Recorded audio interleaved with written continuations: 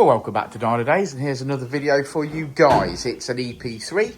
We've mapped this one previously, but in 2020, and the customer would very much like a map revision with some flames, etc. So we're going to do a stock power run, see where she's at in comparison to the last time we seen her, and then start tuning. So here we go.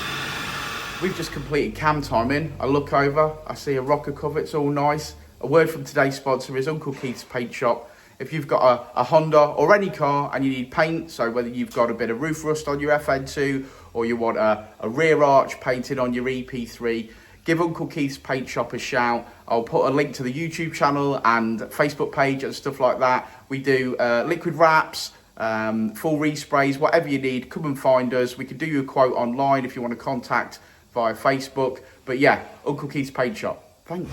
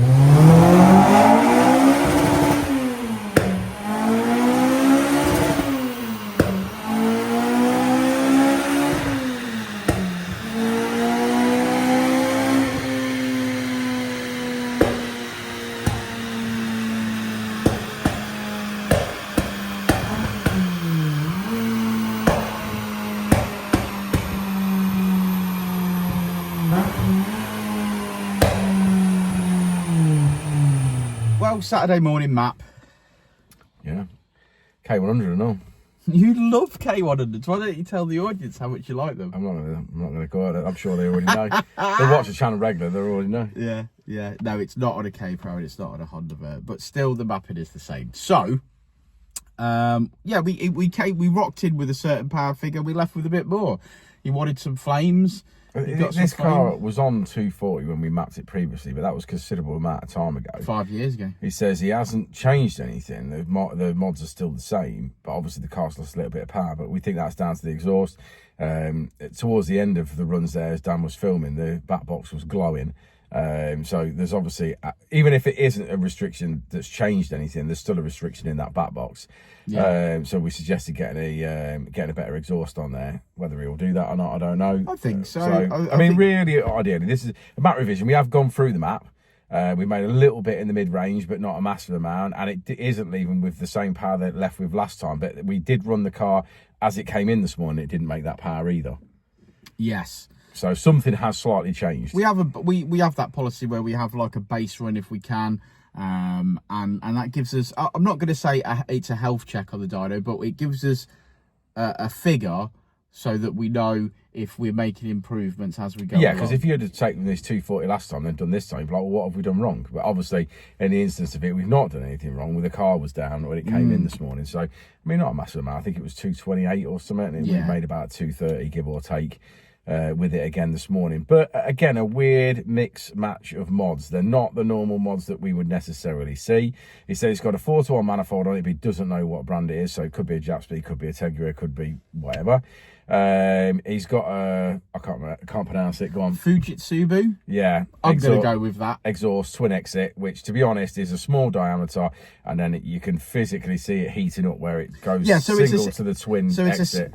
So it's a single exhaust system, obviously, but at the back, the box splits into 2 tailpipes at the end, but you can see through the tailpipes into a section that's only about 1 inch big from the obviously the exit inside the box. It's sort of hitting the plate, so maybe that's what's heating it up, or it's got a failed box somewhere, or whatever. It's got an RBC inlet manifold and a Tegiwa leaf heater. Now, I don't know if he's had that. He might not have even had that airbox off in 5 years and cleaned that filter. You know what I mean? So it could just be as simple as that. People tend to think it's in a sealed box and it's on the car, and they just never touch it or do anything with it. We don't know. Yeah, we don't know. But we did our job, which was tune the car, make sure it had flames, and it certainly got some, especially on launch control. So yeah, so it's just like I say, it's just one of them. I think it's a mixed match of mods. You know, he's got mods, so he's not going to want to necessarily start again. But there could definitely be improvements made if revisions were made with mods, for sure. Especially if there is if we are down on power and we think the exhaust is restrictive, then maybe his next mod would go from the Fujitsubu, which I think is a 2.5, maybe up to a 3. Unlock that power again. You know, that might be the way forward for him. But, yeah, for sure. Let's look at the graph. Let's have a look at the graph. Let's do it. So say it with me, lads. Red line is as she came in. Blue line is as she leaves. Bit of power made there. Finishing on 229, which is 195 at the wheels. And yes, as Richard explained, we've seen this car do better previously. So perhaps we would look for that exhaust restriction. But if you guys need an exhaust, the website is stacked full of exhaust options. But we absolutely love the Tegiwa 70mm. So it's a good value for money exhaust system. So maybe that could be the answer here. But thanks for sticking around. Thanks for listening to our sponsor of the day, which is Uncle Keith's Paint Shop. So if you do want a rocker cover, give us a shout. But otherwise, we will see you on the next one, won't we, Richard? We will indeed. What